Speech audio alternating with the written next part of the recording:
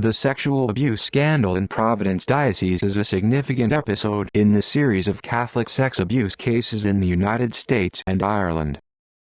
Handling by Bishop Gelano. Bishop Louis Edward Gelano was criticized for his management of sexual abuse allegations in the Providence Diocese. He was named in several civil lawsuits. Allegations of sexual impropriety. Gelano himself was accused in 1997 of sexual impropriety with a boy at a Burlington orphanage in the early 1950s. He once said, "It sickens my heart to be reminded that the terrible sickness of pedophilia rears its ugly head all too often within clerical ranks, and acknowledge that pedophilia is certainly not a possibility the church leadership were readily prepared to acknowledge in the years past."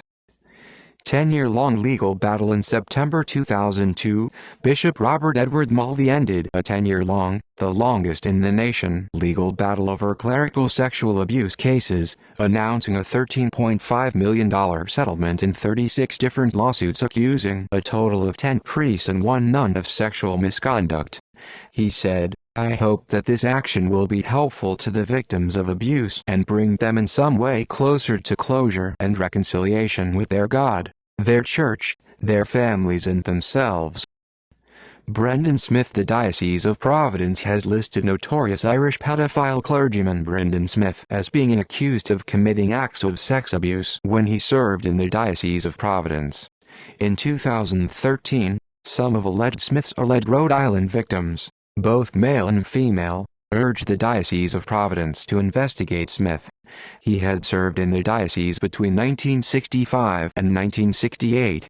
Smith later returned to Ireland, where he pleaded guilty to 141 counts of sexual abuse and died in prison in 1997. Role of Kenneth Anthony Angel. Mgr. Kenneth Anthony Angel has been criticized for his management of abuse allegations during his tenure in the Diocese of Providence. In 1989, he promised to take care of it when a Providence priest, Reverend Norman Demers, was arrested and jailed for misconduct with boys while working at the Haitian Project. Demers was later brought back to work in the diocese. He testified in a 1990 lawsuit that he did not take allegations against another priest, Reverend William O'Connell, seriously. O'Connell was later convicted and served a short sentence before moving to New Jersey, where he committed more crimes and died in prison.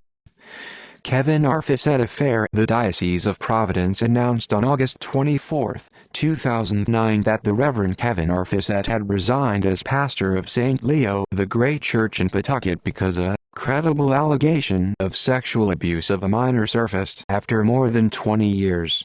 Rhode Island police investigated the allegations that date to 1981-82 in April and found that they were credible, said Captain David Neal, State Police Detective Commander. Abuse Prevention Program. The Diocese of Providence enacted a program in 1993 to train and educate personnel on how to recognize and prevent child abuse. The mandate requires all personnel and volunteers that come into contact with minors to participate in child abuse prevention and reporting training every 3 years.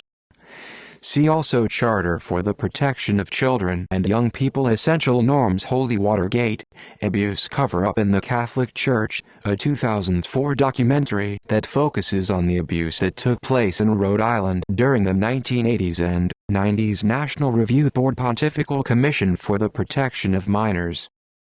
References.